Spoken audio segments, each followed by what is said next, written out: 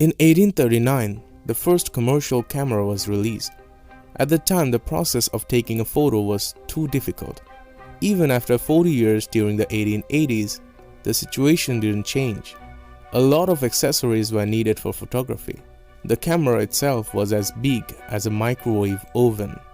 The use of chemicals in the process made photography impossible for ordinary people. A 24-year-old bank employee named George Eastman wanted to bring some change. He decided to research on how he could simplify the camera, even though he was a school dropout who had never studied chemistry. After struggling for almost a decade, inventing a new method, building a company, almost losing the company, finally in 1888, he succeeded at creating a camera so simple that it changed the whole photography industry. Have you ever looked at old photographs from the 19th century and thought, why do the people in the pictures look so serious? None of them are smiling and they kinda look uncomfortable. At the time, smiling in front of the camera was considered foolish. Besides, early cameras came with a long exposure time. It could be from 5 seconds to a few minutes depending on the lighting conditions. Keeping the same facial expression for so long was really uncomfortable. Sometimes the photographer used a headstand so that the model could stay still. A little change in the facial expression could ruin the whole photo. So it was preferred to be serious or expressionless while posing in front of the camera. Photography was difficult at that time, not only for the person in front of the camera, but also for the person behind the camera. Early photographers had to form a light-sensitive emulsion by pouring layers of chemicals on a glass plate. The whole process had to be done in a dark room, as light would ruin the light-sensitive surface. The glass plate had to be exposed inside the camera while it was still wet. That's why the process was called the wet Collodion process. The photographers got only 15 minutes before the plate dried out, so it wasn't possible to travel far with a prepared glass plate, and they had to come back to a dark room in order to prepare another plate. Despite all the difficulties, early photographers traveled far with their tents and collected photographs from around the world. During the 1880s, a bank employee named George Eastman realized photography was too difficult. Ordinary people who didn't have any knowledge about chemicals couldn't even think of buying a camera and start taking pictures. Besides, the accessories needed for photography were too expensive. Overall, it was only limited to professional photographers. Eastman wanted to bring some change. He decided to research on how he could make photography easier, even though he was a school dropout who had never studied chemistry. George Eastman was born on 12 July 1854 in Waterville, New York. His father owned a small business school in Rochester, New York. When George was 5-year-old, his family moved to Rochester. At the age of 8, George was studying in a private school when his father passed away due to some brain disease. His mother found out that George's father had left no money for them. She started taking care of boarders in order to support the family. It was difficult for her to support the family and continue Eastman's education at the same time. At the age of 14, Eastman dropped out of school to support his family. He started working in insurance companies as messenger and office boy. He was also studying accounting at home so that he could qualify for higher salary jobs. At the age of 24, he was working as a bookkeeper in a bank when he became interested in photography. He was planning a trip to Santo Domingo and decided to document the whole trip, but he didn't have any equipment for photography. He bought the equipment and couldn't figure out what to do with them. He had to pay $5 to a local photographer who taught him how to use the camera. For some reason, the trip could never happen, but Eastman grew a passion for photography. Eastman didn't like the wet process. It is said that during one trip, the chemicals used in the process ruined his clothes. After the incident, he became determined to find an alternative process. He found a formula for dry plate emulsion published in a British publication.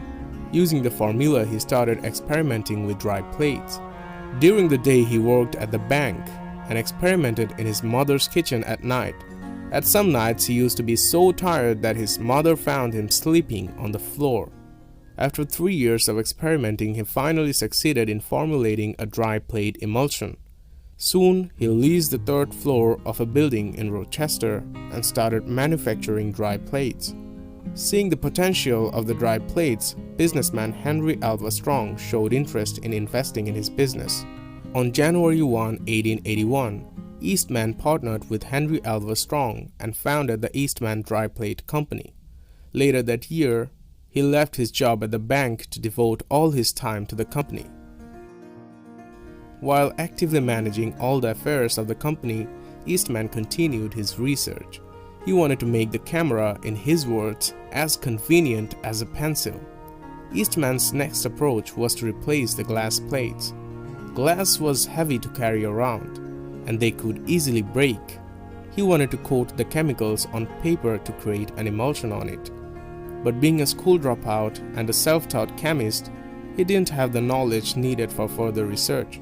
So he hired a young chemist named Henry Reichenberg, who helped him to invent the paper film. Eastman then loaded the film into a roll holder. The roll holder could fit inside all the cameras on the market. With the roll film, the photographers didn't have to change the glass plate after every exposure. They could just roll to the next film. Eastman thought the roll holder would finally bring the commercial success to his company. He wrote to his mother, "Now you don't have to take care of borders anymore." The roll holder was praised by the critics. It got a lot of awards, but most professional photographers didn't buy the paper film because of the image quality produced by it. It couldn't meet the standards of dry plate cameras. The roll film didn't bring the commercial success Eastman expected. While he concentrated on the paper film and the roll holder, other companies came up with better dry plates. The Eastman company was on the verge of an end. Suddenly, Eastman got an amazing idea. He thought if he could create a camera for the ordinary people, they would not care so much about the image quality. They just needed a simple camera which could be used without learning the complicated process behind it. In 1888, Eastman released the first Kodak camera. It was a simple box camera with a fixed lens and a spatial shutter that could take pictures in a fraction of a second. It had enough film loaded inside for 100 exposures. The camera was priced at $25. After the films were done, the whole camera had to be sent back to the Kodak company, where the photographs were printed and the camera was loaded with more films for an additional $10. All you needed to do to click a picture was to press the button. This became the tagline for Kodak. You press the button, we do the rest. At first, no one could believe it. Early users of the Kodak camera didn't even realize if their pictures were actually being taken. But once the pictures came back from the company, they were stunned. Suddenly, you didn't need to be skilled at the complicated chemical process to be a photographer. Whether you're inside your house or outside, having fun at the beach, or spending a great time with your family that is worth remembering later, you could just take out your Kodak camera and press the button. Another secret behind the success of Kodak was the name of it. Eastman came up with the name himself. He believed the name of a product has to be simple, which can be remembered easily. It must not have a meaning or association with another product. The name Kodak became so popular that any moment that was worth taking a picture was called a Kodak moment. Finally, Eastman got the success he was waiting for. He successfully started an era of amateur photography. By 1994, the quality of the Kodak film improved so much that even professional photographers started using them. And a new industry began because of photographic film, the motion picture industry. In 1900, Eastman introduced another camera, the Brownie. It was a cheaper version of the Kodak, which cost only $1. It was aimed at a new group of customers, children. Eastman thought if a generation of children get introduced to photography through these cheaper cameras, they will also buy expensive cameras after growing up. Soon the company's profits soared, and Eastman was listed as the 6th richest man of the country. Eastman never married and donated a lot of money for the betterment of the society. He was a major philanthropist of his time, establishing 2 music schools and schools of dentistry. With interest in improving health, he provided funds for clinics in London and other European cities to serve low-income residents. He made major donations for a lot of universities including MIT. During the last 2 years of his life, he was in intense pain due to a disorder affecting his spine. On March 14, 1932, Eastman shot himself in the heart, leaving a note to his closest friends. "My work is done. Why wait?"